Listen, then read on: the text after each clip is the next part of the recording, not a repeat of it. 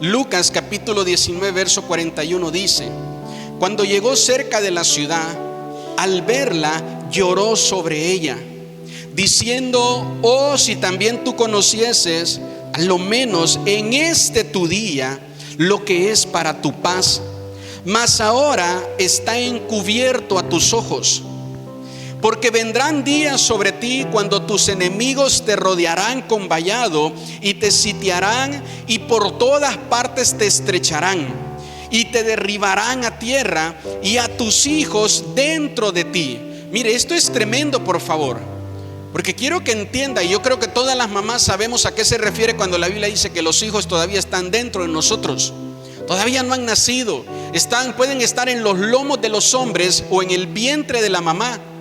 Y dice el mismo verso, continúa diciendo: y no dejarán en ti piedra sobre piedra, por cuanto no conociste el tiempo de ¿qué? De tu visitación. Hay tres ocasiones en la Biblia que Jesús llora. Número 1, cuando Lázaro muere y ve a sus hermanas llorando. Número 2, dice la Biblia que Jesús lloró en Getsemaní. Y número 3, cuando Jesús está viendo a una ciudad siendo visitada por Dios, pero ve la actitud de la ciudad.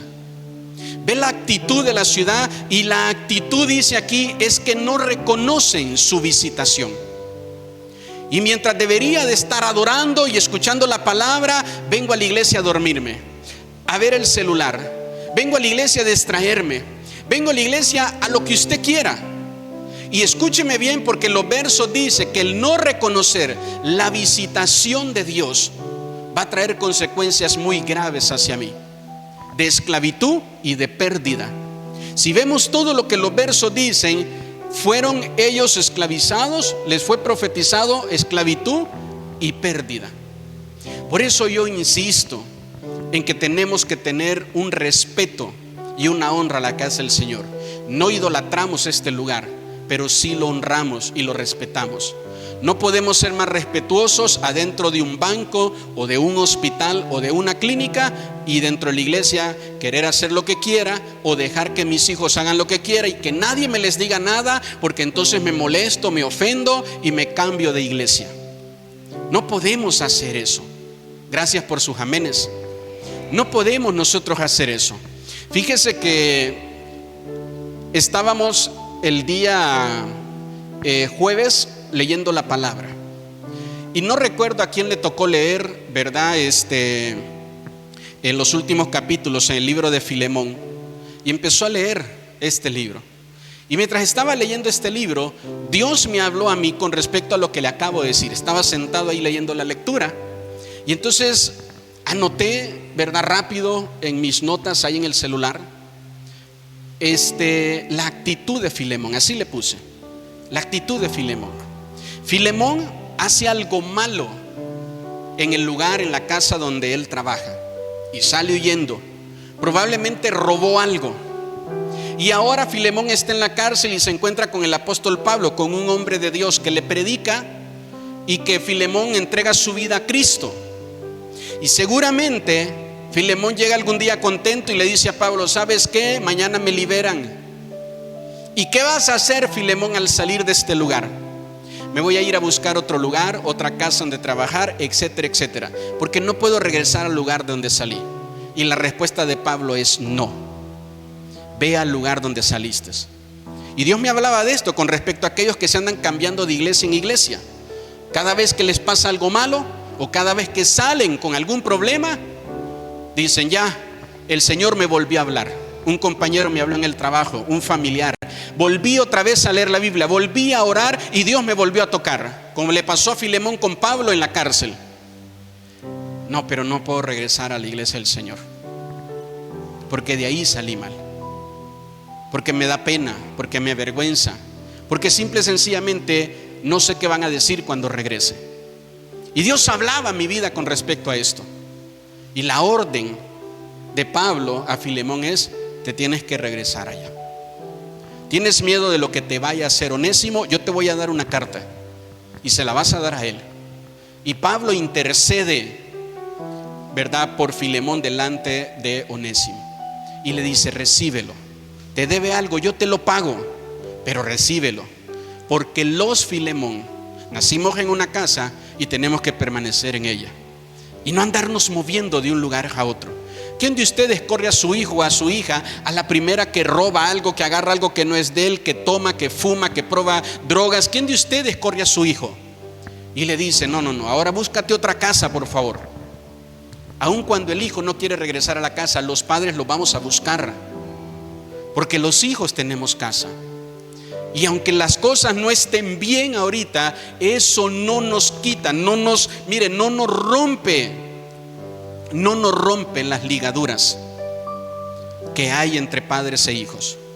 Así que el Señor hablaba a mi vida con respecto a esto cuando estábamos sentados escuchando la lectura de la Escritura. Y así todo el tiempo que estuve escuchando. El día miércoles que estuvimos orando, al final le tocó a nuestra hermana Ida su último turno, y hubo un momento donde abrí mis ojos y de verdad no nos pusimos de acuerdo. Pero la hermana estaba aquí al frente orando, su esposo estaba allá atrás, mire, orando, mi esposa estaba aquí en este lado orando, y yo estaba parado de este lado. Y abrí los ojos por un momento y nos vi en los 4 puntos, y empecé a decir: Señor, sopla de los 4 puntos a este lugar. Hoy, Señor, estamos cada uno representando uno de estos puntos. Era el último turno de oración y solo quedamos los 4, 2 matrimonios, orando, pidiendo al Señor, no por nosotros, sino por toda la iglesia y por toda esta ciudad. Y le decíamos: Señor, sopla de tus 4 vientos. No sé qué están orando y qué están declarando cada uno, pero que cada palabra que están orando ellos 3 sople del norte, del sur, del este y del oeste, y lo reciban las familias de este lugar. Que lo reciban las familias de este lugar. Y no sé si siente la presencia de Dios al estarles testificando de lo que Dios está haciendo. Entonces hay un momento donde Jesús ve la ciudad y dice la palabra que Él es quebrantado y comienza a llorar. La tercera vez que Jesús llora, que sus lágrimas son derramadas. Jesús no está llorando y diciendo: en esa casa vive un paralítico, en esa casa un matrimonio que se va a separar, en esa casa vive un drogadicto, en esa casa una prostituta. Jesús no está llorando por eso, no está llorando por los problemas que enfrenta la ciudad. Está llorando porque la ciudad está en necesidad, en problemas, en esclavitud. La ciudad está clamando al cielo, el cielo envía al Hijo, pero no reconocen su visitación. ¿Y sabe cuántos años llevamos como iglesia? Los que tienen más años conmigo saben de esto, que llevamos orando, que llevamos clamando y pidiéndole al Señor que nos visite y se quede con nosotros. Y ahora que estamos teniendo un tiempo de visitación, usted no puede ignorar este tiempo. Usted no puede escuchar una convocación a venir a orar y usted no querer orar. Usted no puede escuchar una convocación a venir a alabar al Señor, a adorar al Señor, y usted seguir siendo indiferente. Todavía dice: no han nacido tus hijos, están dentro de ti. Y los hijos representan los frutos también que damos. Hay cosas que están dentro de ti, todavía no han nacido, pero cuando nazcan ya hay derechos legales en esas bendiciones al enemigo. Y de repente nació mi nuevo negocio y no da fruto. Nació algo nuevo en mí, no solo hablo de hijos en lo biológico, y no da fruto.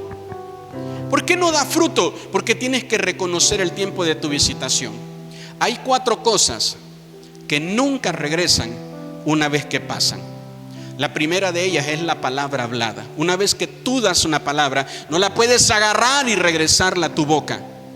Una vez que maldices a un hijo, una vez que maldices tu matrimonio, una vez que maldices el día que naciste y que prefieres morirte, la palabra hablada, una vez que sale, no la puedes atrapar ni regresar. Tienes que tener cuidado de decirle a tu hijo, a tu hija: me avergüenzo de ti, ojalá y no te hubiera tenido. Porque esto los maldice, esto los ata. Tienes que tener cuidado. Lo segundo, mire, que sale y no regresa, son las oportunidades. Ten una oportunidad delante de ti y déjala ir. Y no importa cuánto grites, cuánto patalees, cuánto corras por querer alcanzarla, una vez que se fue y no regresa. ¿Sí dice amén conmigo? Lo tercero que una vez que pasa no se recupera es la confianza. Es la confianza. Yo se lo he dicho a usted que para mí de verdad es muy importante el principio de lealtad en una persona.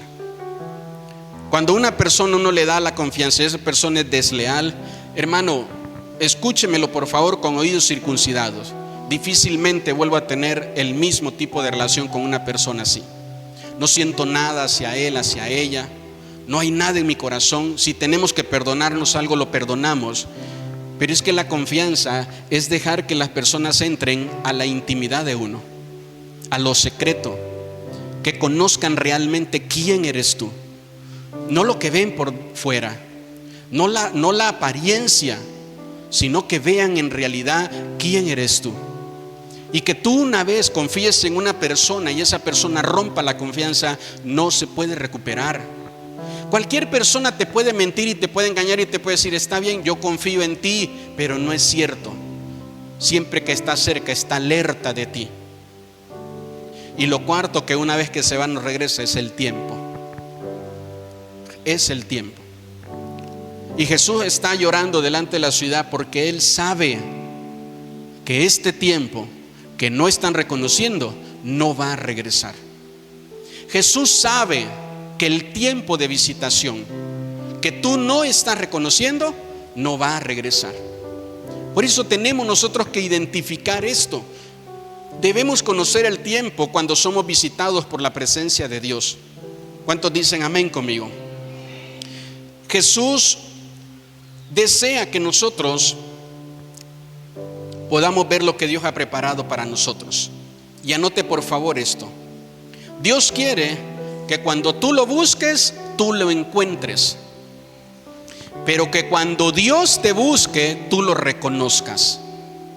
Dios quiere, dice la Biblia: buscadme y me hallaréis. Hasta hay un verso que dice: busquen a Dios ahora que puede ser encontrado, porque llegará un tiempo donde no podrá ser encontrado. Busca, dice, a Dios y lo hallaréis. Pero cuando Dios te busca a ti, tú lo tienes que reconocer. Tienes que reconocer que lo que está pasando es Dios. Entonces, ¿sabe qué? Siempre tenemos la mirada así, porque hay hombres y mujeres de Dios que nos guían y nos llevan a conocer a Dios.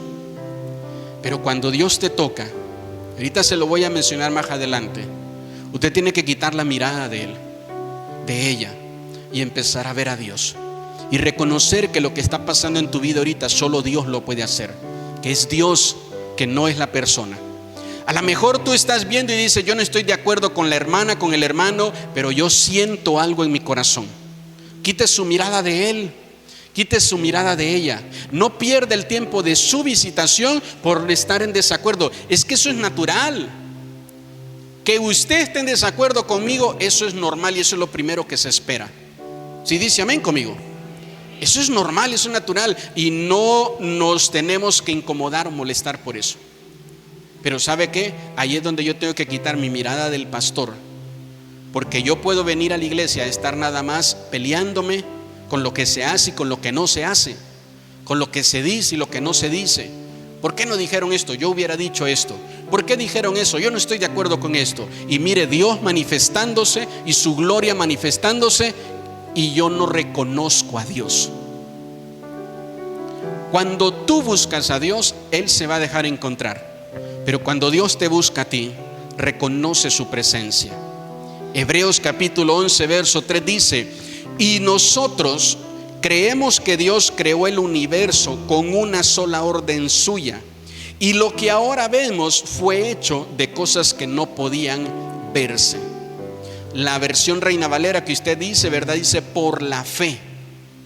Pero quería leerle esta versión del lenguaje actual, donde nos dice y nos muestra que, hermanos, todo aquello que hoy puede ser invisible a mis ojos, dice que por la fe se puede volver visible. Dice que por la fe se puede volver visible. Dice la Biblia: Abraham caminó siguiendo al invisible. No lo veía, pero por la fe Abraham sabía que tenía que ir para acá, que tenía que doblar a la derecha, a la izquierda, que tenía que dar 2 pasos hacia atrás. Abraham caminó, avanzó, entró a Egipto y el Señor le habló y dijo: salte de aquí. Abraham escuchaba a Dios, no lo veía, lo escuchaba. La fe viene por el oír. Y entonces cuando Abraham, ¿verdad?, reconoce que Dios le habla, Abraham lo sigue. Cuando se ve lo que no se veía y se estaba esperando. Yo le pregunto a usted, ¿qué cosas usted está esperando de parte de Dios? ¿Qué cosas usted está esperando de parte de Dios? Porque hay muchísimas oraciones, mire, dejadas en este altar y nunca regresaron por ellas. Hay muchas oraciones dejadas en este altar. Señor, hoy vengo a orar por la restauración de mi matrimonio. Y ahorita en casa están hablando de separarse. ¿Por qué vienes a dejar aquí tu oración y no sigues esperando que Dios restaure, que Dios sobre? No dejes aquí tu oración, no dejes aquí tu petición. ¿Qué cosas tú no ves el día de hoy, pero que tú crees que Dios las puede hacer y las estás esperando? Porque cuando no estás esperando, escúcheme bien, cuando no estás esperando, te puede pasar lo que le pasó a Zacarías, que estaba ministrando en la casa del Señor. Zacarías y su mujer Elizabeth oraban por un hijo y estaban ministrando. Y escúcheme bien, llega un momento donde Dios dice: ya, listo, ya está preparado el tiempo del Mesías, pero tiene que ir alguien delante de él que lo anuncie, una voz que clama en el desierto. Vamos a enviar también a Juan. Y el cielo necesita enviar, ¿verdad?, a Juan, un profeta, y la tierra, hay una pareja y un matrimonio diciendo: Señor, dame un hijo, Señor, dame un hijo, Señor, dame un hijo. Y lo que ellos no podían ver, el cielo estaba a punto de manifestarlo. Y vienen ellos y recibe Zacarías la noticia, y el ángel se presenta con Zacarías y le dice: he sido enviado de parte de Dios a anunciarte que tu esposa va a dar a luz un hijo. ¿Sí conocen la historia? ¿Qué hizo Zacarías? Zacarías dijo: amén, gloria a Dios, el Señor ha escuchado mi oración. Dice la Biblia que Zacarías dudó del ángel, que hasta le dijo al ángel: no te burles de mí, no te burles de mí, no vengas a decirme eso, no vengas a decirme eso. Al final el ángel termina convenciendo a Zacarías, pero el no reconocer su tiempo de visitación le cuesta a Zacarías dejar de hablar durante 9 meses. Y el ángel le dice: mira, por cuanto no creíste, no vas a poder hablar saliendo de aquí. Entonces no sé si entiende lo que significa eso. No te vas a poder comunicar con nadie. Zacarías, te dedicas a predicar la ley, te dedicas a enseñar, te dedicas a orar, te dedicas a aconsejar, y tu herramienta principal son las palabras, pero no vas a poder hablar con nadie. Tu propósito de vida, Zacarías, por 9 meses va a estar detenido. ¿Qué es lo que tú haces que ahorita, por más que te esfuerzas, no te funciona, no te da fruto? Y te matas y te matas y te esfuerzas y no te da fruto. Dice la Biblia que hasta le preguntaban a Zacarías y tenía que escribir para que se pudieran comunicar con él. Hay un amigo pastor que se dañó tanto la garganta que perdió por varios meses la capacidad de hablar.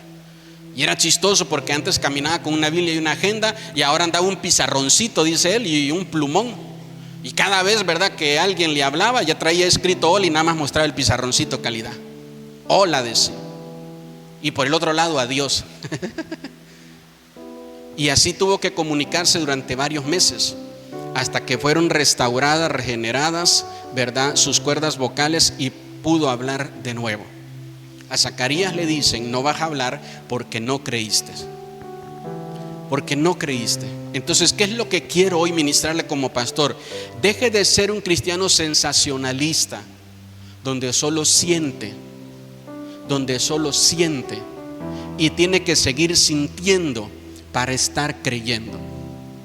Tenga fe, camine por fe, no por vista. No lo veo.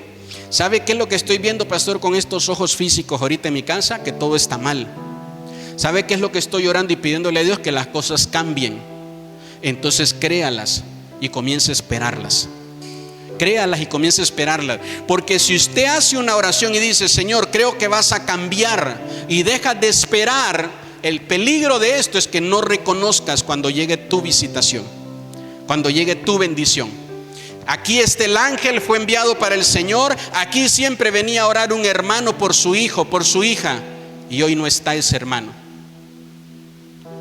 ¿Dónde está el hermano?, dice el ángel, el que oraba aquí por un hijo, por una hija. No, pues no vino hoy. Entonces denle la bendición a alguien más. ¿Sabe por qué? Porque dice Job que la bendición de Dios nunca se va a desaprovechar ni se va a desperdiciar. Dice la Biblia, la bendición de Dios es como la lluvia, que una vez que sale del cielo no regresa arriba sin dar fruto. Y entonces Job dice: la bendición del que iba a venir sobre él terminó viniendo sobre mí. Yo no he orado por esto, pero alguien más estuvo orando y se perdió el día de su visitación. Entonces quítese esa mala costumbre que está profetizada para estos tiempos. Dice: no se dejen de congregar, que no se les haga costumbre, más cuando los tiempos finales se acercan. Todos somos capaces de crear en nuestra mente, ¿verdad? Y poder tener fe y esperar lo que Dios puede hacer. Debemos tener fe para pedir, pero también fe para recibir. Si dice amén conmigo. Abraham y Sara pidieron un bebé, pero no tuvieron fe para creer que lo iban a recibir, porque vieron su edad. Por la fe se accede a lo que se anhela y no se ve el día de hoy. Diga conmigo: Dios no tiene límites. En Dios no hay límites. Lucas capítulo 7 verso 14 en adelante dice: y acercándose tocó el féretro, y los que lo llevaban se detuvieron. Y dijo: joven, a ti te digo, levántate. Entonces se incorporó el que había muerto y comenzó a hablar, y lo dio a su madre. Y todos tuvieron miedo, glorificaban a Dios diciendo: un gran profeta se ha levantado entre nosotros, y Dios ha visitado a su pueblo. ¿Verdad que esto se lee bonito? Esto se lee bonito, ¿verdad? Pero esto no es así. El pueblo de Israel sigue creyendo que Jesús solo era un profeta y no que era Dios. El pueblo de Israel sigue creyendo que el Mesías no ha llegado. Entonces de repente ven algo tremendo de que un muchacho, ¿verdad?, joven que había muerto, que lo llevaban sus familiares, y la mamá de este muchacho, una mujer viuda, va llorando por él y lo llevan al cementerio a enterrarlo. Jesús ve todo esto, detiene a esta mamá y le dice que le permita orar por su hijo muerto, y el muchacho resucita. Están viendo lo que solo Dios puede hacer, y ni aún así reconocen a Dios. Ni aún así. Dicen: gracias Dios, aquí estoy, le dice Jesús. No, tú quédate ahí en el lugar de profeta. Gracias Dios porque estás visitando a tu pueblo. Aquí estoy, dice. No, ahí tú quédate, tú solo eres profeta. Y esto es lo que siguen alegando los testigos de Jehová hasta el día de hoy. Mire, no reconocer la divinidad de Jesús, no reconocer que Jesús es Emmanuel, Dios con nosotros. Si dice amén conmigo.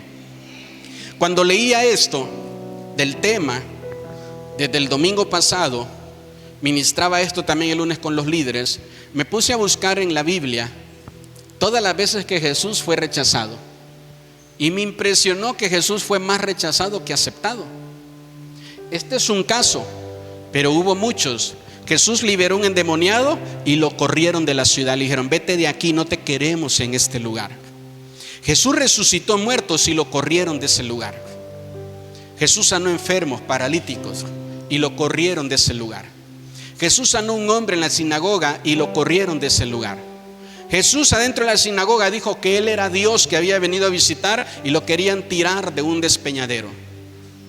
Jesús fue más rechazado que recibido, porque la gente no reconocía la visitación de Dios. ¿Cuántas veces has rechazado a Jesús? ¿Cuántas veces Jesús te acaba de librar de la muerte y le dijiste: Señor, cuando me levante de esta cama en el hospital voy a ir a verte, y no viniste? ¿Cuántas veces llegaron los problemas fuertes y dijiste, Señor, ayuda a mi hija, ayuda a mi hijo? Y después de que hizo el milagro, lo rechazaste. Ahorita no tengo tiempo. El próximo domingo. Ahorita no. Después, o nos culpas a nosotros y dices, yo no quiero nada que ver con esos cristianos locos, panderetos, aleluya, salta para atrás y todo lo que nos quiera decir. Yo no tengo nada que ver ahí. Yo no quiero ir. Oye, pero acabas de recibir un milagro de parte del Señor. Sí, muchas gracias. Dios está conmigo porque siempre lo he amado, porque siempre he creído en Él. Dios está con su pueblo, Dios está con esta familia, Dios está con esta casa. Pero ahorita no quiero. Después, ahorita no. Y entonces esto es lo que le pasa, mire aquí, al pueblo que están siendo visitados por Dios, pero no lo reconocen. Tenemos nosotros que reconocer cuando Él nos visite. Cuando no identificas tu tiempo de visitación, sigues clamando a un Dios invisible que ya se te hizo visible. Cuando no reconoces el tiempo de tu visitación, Dios ahorita te acaba de visitar. Porque ahorita puedes ver a Dios a través de todo lo que está pasando a tu alrededor en tu vida. Hay cosas que ni tú tienes explicación porque no las tienen. Sucedieron de manera sobrenatural. Y es Dios visitándote. Es Dios visitándote.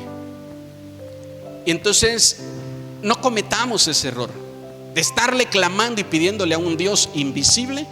Señor, no te veo, ¿dónde estás? Aquí está en tu hija. Aquí está en tu hijo. Aunque hoy no quiera, aquí está. Aquí está Dios en tu casa.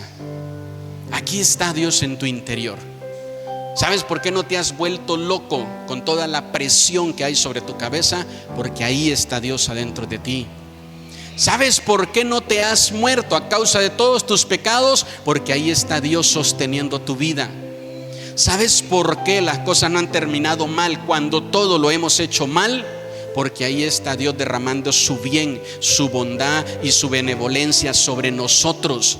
Ahí está Dios dándote de su misericordia cada día, cada mañana. Ahí está Dios sosteniéndote. Entonces, cuando reconoces que Dios está contigo, comienzas a conversar con Él y a tener una relación con Dios. Comienzas a hablar con Dios y va creciendo nuestra comunión con Él. ¿Cuántos dicen amén? La visitación precede a la búsqueda de Dios. El tema que hoy les comparto nace de esta cita bíblica que quiero leerles. Y por favor, si usted tiene ya a la mano su Biblia, búsquelo y tenga identificado este pasaje ahí en su Biblia. Primera de Samuel capítulo 3, versículo 1 en adelante. ¿Lo tenemos aquí? Léalo conmigo. Dice el joven Samuel. Por favor, póngame atención aquí. Porque cuando nosotros leemos este pasaje nos imaginamos todavía un niñito de 8 años en el templo. No, dice el joven. Aproximadamente Samuel tenía de 12 años en adelante, ¿verdad? Ya era mayor de 12 años. Y dice, el joven Samuel ministraba, hermano, dice, a Jehová en presencia de Elí. Y la palabra de Jehová escaseaba en aquellos días. No había visión con qué. No había visión con qué. Por eso le digo, mire, todo este tema y toda esta serie nace de este pasaje. Yo decía, Señor, nos visitó el pastor, hubo presencia de Dios y después ya no. Señor, adoramos, alabamos, el tiempo de la palabra fue de bendición y después ya no. Señor, hoy ayunamos, la gloria de Dios se derramó en las alabanzas, el Espíritu de Dios tocó, había libertad para danzar y después ya no. Y le decía, Señor, ¿qué es lo que ha pasado? Porque necesitamos que esto sea frecuente, que esto continúe, que esto avance, que esto despierte algo en el corazón y en el espíritu de toda la iglesia. Y el versículo dice, y aconteció un día, diga conmigo, un día, que estando Elí acostado en su aposento, cuando sus ojos comenzaban a oscurecerse de modo que no podía ver, Samuel estaba durmiendo en el templo de Jehová, donde estaba el arca de Dios, y antes que la lámpara de Dios fuese apagada. el día lunes hablaba con los líderes, ¿verdad? Y les decía que una vez que Dios enciende un fuego, el fuego depende de Dios. Y aquí teníamos un leño, un madero, ¿verdad? Y les decía que en el altar la orden fue que el fuego nunca se apague. Esa es la orden. Y entonces le dijeron al sacerdote: tú eres encargado de poner en el altar madera todos los días por la mañana. Todos los días por la mañana. Y agregar también a esto combustión, agregar aceite. Y el sacerdote hacía esto todos los días, todos los días, todos los días, todos los días. Pero si usted conoce la historia, Elí y sus hijos comienzan a hacerle una mala administración de la casa del Señor. Y el fuego se está apagando. Y hay una mujer, Ana, que no puede tener un hijo. Y cuando llega al altar, por eso le está diciendo en su momento: no venga solo a dejar aquí sus oraciones. Se postra en el altar y comienza a orar, a decir: Señor, por favor, si te acordaras de mí, por favor, Señor. Y comienza a llorar. Y Elí ve a Ana y dice: ya se nos metió una borracha al templo. Y va con Ana y le dice: mujer, ya tómate un caldo para la cruda. No le dijo eso, ¿verdad? Pero es para que entienda usted. Entonces ya le dijo: digiere tu vino ya y deja de estar llorando aquí. Y Ana se levanta y le dice: no, Señor, no estoy borracha, solo ando de parranda. No, no es cierto. No, Señor, le dice, no estoy borracha, sino que he venido a pedir a Dios por un hijo. Elí le da una palabra, ella se va, conocemos la historia, nace. Y después Ana comienza a formar este niño y a decirle todos los días de su vida: tú le perteneces a Dios. Tú no te vas a quedar mucho tiempo en esta casa, tú eres de Dios. Va a haber un momento y va a haber un tiempo donde Dios te va a llevar. No sé qué va a hacer contigo, pero yo tengo un pacto, un compromiso con Dios. Y yo le dije a Dios: si me das un hijo te lo voy a dar. Y Dios me lo dio. Tú le perteneces a Dios.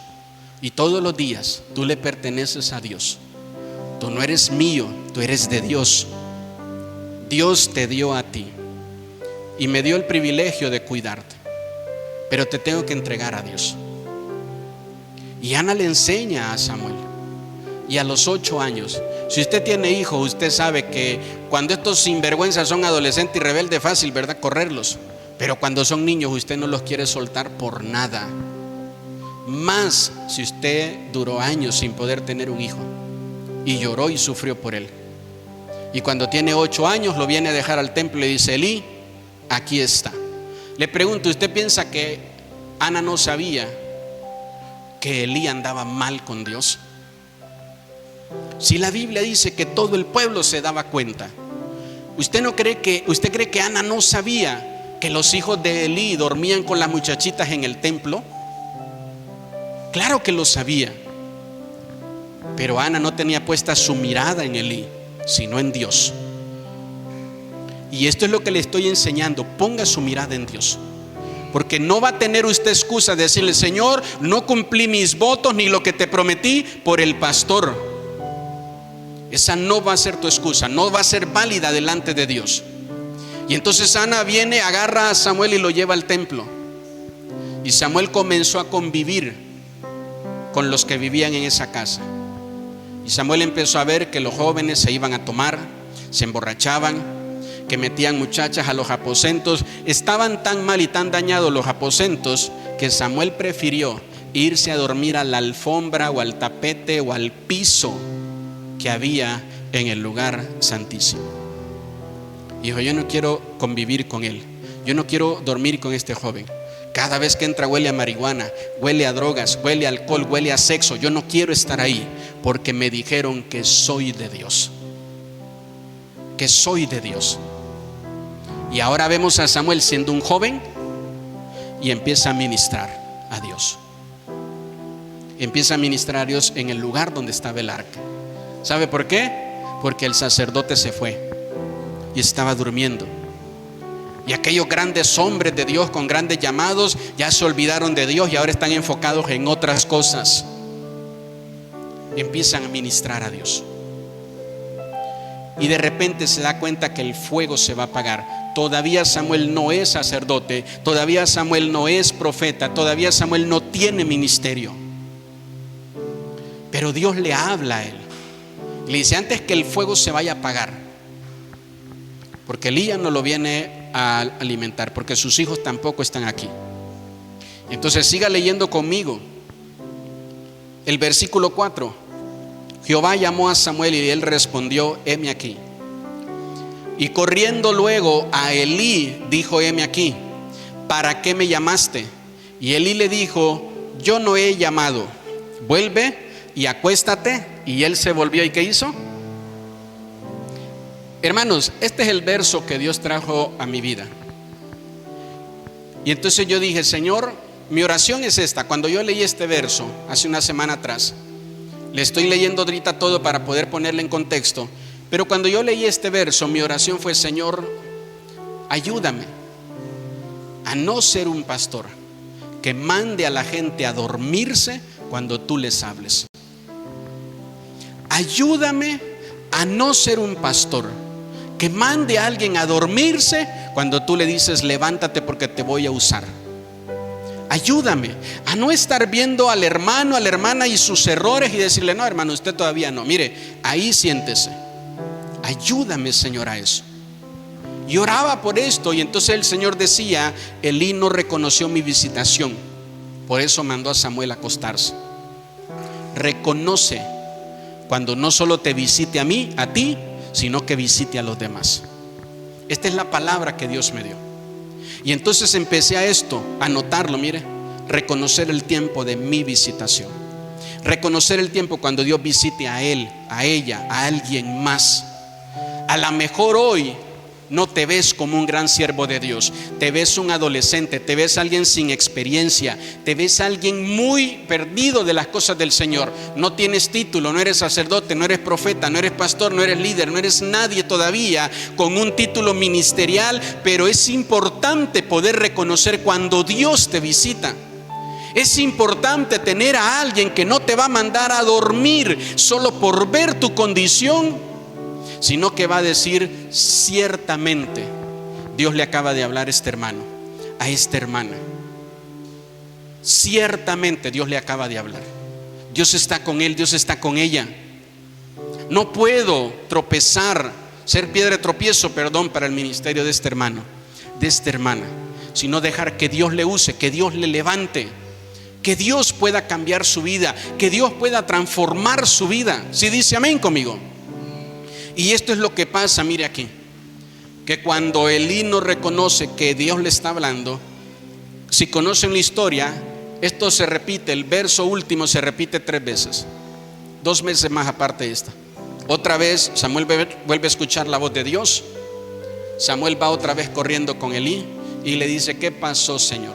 ¿Para qué me hablas? Y Elí le vuelve a decir: yo no te he hablado, vuélvete a ir a acostar. Y a la tercera vez va, y entonces Elí reconoce que es Dios. Y le dice: cuando vuelvas a escuchar la voz, no te vengas, no te muevas del lugar, sino que di: Señor, he aquí tu siervo, habla. Y así lo hace Samuel. Y Dios comienza a hablar con Samuel. ¿Y sabe cuál es la primera palabra que Dios le da a Samuel? Te voy a dar el lugar de tu pastor. Te voy a dar el lugar de él. Te voy a levantar a ti en lugar de Elí. Y no solo le dice eso, sino que también le dice cómo va a terminar Elí y cómo van a terminar sus hijos, por todas las barbaridades que hicieron y cómo le faltaron y deshonraron a la santidad de Dios. Por eso le vuelvo a repetir: no tengamos una actitud irreverente y irrespetuosa cuando vengamos a la iglesia, a la casa del Señor. Si dice amén conmigo, respete la presencia de Dios, hónrela, tenga temor reverente de la gloria de Dios, tenga temor reverente de cuando Dios se manifieste. No es posible que no le alcanzó toda la noche del sábado para dormir y se me viene a dormir aquí en el domingo en la mañana. No sea sinvergüenza, por favor. Entonces tenemos nosotros que aprender a honrar la presencia de Dios, y que cuando Dios te visite lo puedas reconocer. ¿Usted está seguro de haber escuchado la voz de Dios llamándote? ¿Estás seguro? ¿Tienes la convicción de que Dios te habló? Probablemente nadie te crea, o nadie lo entienda, o nadie pueda saber lo que tú escuchaste. Hay personas adultas que han vivido desde su niñez diciendo: yo vi a Dios, yo vi a Jesús, yo tuve un sueño, yo tuve una visión, yo vi un ángel, y nadie les ha creído por años. Y hoy son adultos, un hombre, una mujer, y nadie te creyó esa visión de hace tiempo. No tuviste a alguien que te guiara, que te dijera: mira, esto es lo que Dios quiere hacer contigo, esto es lo que Dios va a hacer, para esto Dios te habló, para esto Dios te llamó. Y de repente empiezan a decir: pues yo antes escuchaba a Dios, tenía sueños, tenía visiones, pero ya las dejé de tener. Samuel escucha la voz de Dios. Aunque nadie lo crea, usted siga insistiendo en buscar a Dios y que Dios le confirme. Si dice amén conmigo. Todos tendremos, como Samuel, nuestra primera visitación de la gloria de Dios, y Él se va a encargar de revelarse a ti. Dios le habló a Samuel, Samuel no lo identificó, y Dios siguió insistiendo. Y Dios siguió insistiendo. Y Dios siguió insistiendo hasta que Samuel supo qué hacer porque alguien le dijo. Todos vamos a tener nuestra primera visitación y vamos a decir: ¿qué es esto? No sé qué está pasando, no sé qué es esto, me da mucho temor, me da mucha alegría al mismo tiempo, me da paz, quiero llorar, ¿verdad? Quiero estar tranquilo, no sé qué es lo que está sucediendo, pero todos vamos a tener nuestra primera visitación de Dios. Si dice amén conmigo. A todos la gloria de Dios nos va, mire, a resplandecer. Pocos conocen tu búsqueda de Dios. Pocos conocen tu búsqueda de Dios. La gente no volteaba a ver a Samuel en lo secreto buscando a Dios, volteaba a ver a los hijos de Elí haciendo todo lo malo. Escuché esta frase en la semana que decía: hay gente que lo único que le queda es su servicio a Dios. Ya perdió su valor, su dignidad, su amor propio, ya perdió su matrimonio, ya perdió sus hijos, ya perdió su paz, ya perdió hasta sus ganas de vivir, porque lo que quiere es morirse. Y lo único que tiene es servir a Dios cada domingo en la iglesia. Y todavía eso se lo quieren quitar. Y decirle: no vayas a la iglesia, ¿para qué vas? Y nadie conoce tu búsqueda de Dios. Nadie sabe lo que pasas y lo que sufres, lo que estás padeciendo, lo que te esfuerzas. Nadie lo sabe. Nadie te ve en lo secreto buscando a Dios. Pero todos piensan que pueden decir y señalar y decir que está bien y que está mal. Samuel no hizo caso de eso. Le pregunto yo a usted: Samuel buscó a Dios en el momento donde más abundaba la consagración a Dios, el amor a Dios. No fue así. Más abundaba el pecado adentro de la misma casa de Dios, adentro de la misma iglesia. Se corrompió el pastor, se corrompieron los líderes de esa congregación. Nadie buscaba a Dios, la palabra escaseaba, la visión ya no había, la gloria de Dios era de vez en cuando, a veces sí, a veces no. Estaban muy mal las cosas en la iglesia. Pero había una mujer que había respetado su pacto con Dios y que lo había honrado, y que recordó cuando Dios le habló, y que sin tener todavía nada en su vientre, Dios le dijo: este niño es para mí, lo voy a apartar para mí. ¿A cuántas de ustedes Dios le dijo eso? ¿A cuántas de ustedes Dios le habló y le dijo: este niño es para mí? Y ahora ya no lo quieres soltar. Ahora ya no se lo quieres entregar al Señor. No quieres ni que venga a servir a la iglesia. Ella cumplió su pacto con Dios. Le dijo: Señor, aquí está Samuel.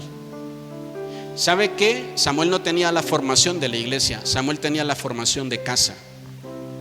Porque en la casa de Ana se amaba a Dios, se honraba a Dios, se respetaba a Dios.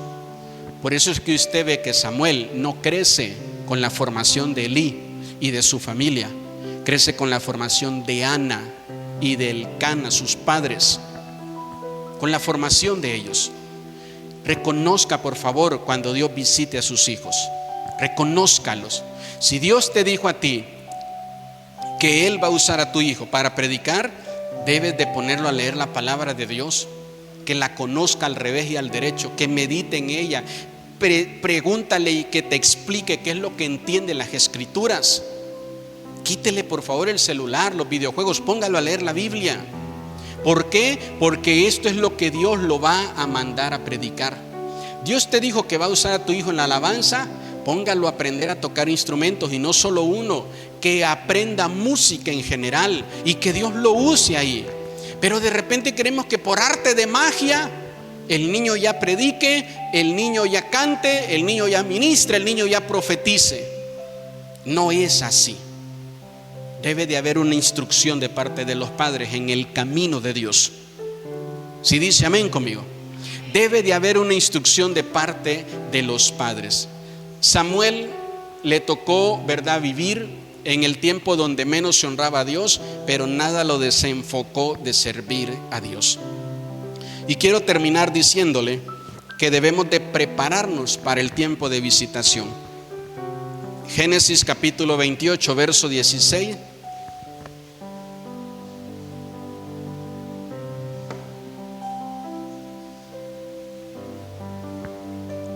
Y despertó Jacob, de su sueño, y dijo: ciertamente Jehová está en este lugar, y yo no lo sabía. Hermano, por favor, preparémonos para el tiempo cuando Dios nos visite. Preparémonos para cuando lo que tú estás sintiendo pase de la emoción. Yo le digo a los líderes, ya llevo creo que unos 3-4 años ministrándoles esto, y les he dicho: pasen por favor de su alma a lo espiritual. Dejen de ser líderes almáticos, pasen a lo espiritual, vayan más profundo, vayan más adentro. El líder espiritual, su alma puede estar pasando por dificultades y va más adentro y permanece y sirve. Tengo problemas, pero ministro. El primer milagro registrado en la Biblia es Abraham orando por Abimelec para que Abimelec tenga hijos cuando Abraham no tiene hijos. Ese es el primer milagro registrado en la Biblia. Un hombre que no tiene algo orando para que el otro lo reciba cuando él no lo tiene. Entonces un hombre en su alma dice: ay, no, andamos igual. Si encuentras, ahí me dices para ir a pedir yo también. No, ahorita no. Uy, y esta mañana hasta peleé con la Sara. No, ahorita andamos mal. No fue así. Abraham le dijo: ¿sabes qué? Hay un Dios que puede hacer un milagro en ti. Y dice que oró por él. Mire, que esto es tremendo, porque no solo oró por Abimelec. El pasaje dice que oró por toda su casa, y que todas las mujeres, dice, que no podían dar a luz, empezaron a dar a luz. Empezaron las mujeres a recibir milagros, ¿verdad? Cuando un hombre que no lo tenía oró por ellos. Hace tiempo le prediqué a usted ese mensaje: dale a Dios lo que no tienes el día de hoy para recibirlo. Dale a Dios lo que no tienes. Entonces Abraham le dijo: Señor, no tengo, ¿verdad, hijo? Pero tú me has dicho que yo voy a tener. Lo creo. Y empezó, mire, a orar por aquellos que no tenían. Abraham pudo pensar y decir: ¿cómo voy a orar por esta persona que no tiene hijos? Lo primero que me va a decir: y tú tampoco tienes, mejor ve a orar por ti. Entonces, como cuando no queremos ir a invitar a alguien a la iglesia, decirle: Dios puede cambiar tu vida, porque van a decir: no, me va a decir que primero que me cambie a mí, ¿verdad? Y entonces no vamos. Y no fue así. Tenemos que reconocer el tiempo de nuestra visitación y prepararnos para ello. Ahora, por favor, póngame atención y escúcheme bien esto, y abra su corazón a lo siguiente: no existe un paso 1, paso 2 o paso 3 para prepararse, porque cada vez que vemos en la Biblia a Dios visitando a alguien, todo sucede de manera completamente diferente. Pero hay una cosa que pasa en todos, que todos dijeron: Señor, heme aquí, haz tu voluntad en mí. Si me pregunta cómo me preparo, pastor, mi pregunta es a usted: ¿tú estás dispuesto que cuando Dios te hable decirle: Señor, aquí estoy? Pero es que entienda qué significa aquí estoy. Señor, aquí estoy significa renuncio a lo que hoy tengo aquí y aquí estoy. ¿Qué vas a hacer, Señor, en mí? ¿Qué vas a hacer en mi vida? Ya me dijo Dios que esta es su voluntad. Señor, hágase en mí tu voluntad. Cuando se le presenta el Señor, ¿verdad? María le dice: es que estoy a punto de casarme, ya tengo todo preparado, listo, arreglos, mesa, ya tengo todo. ¿Y cómo voy a salir ahorita con el chistecito de que estoy embarazada? Y el ángel le empieza a explicar. Y todos conocemos la historia, que María le dice: Señor, hágase en mí tu voluntad. Esto es lo que necesitamos: tener la actitud correcta en nuestro corazón.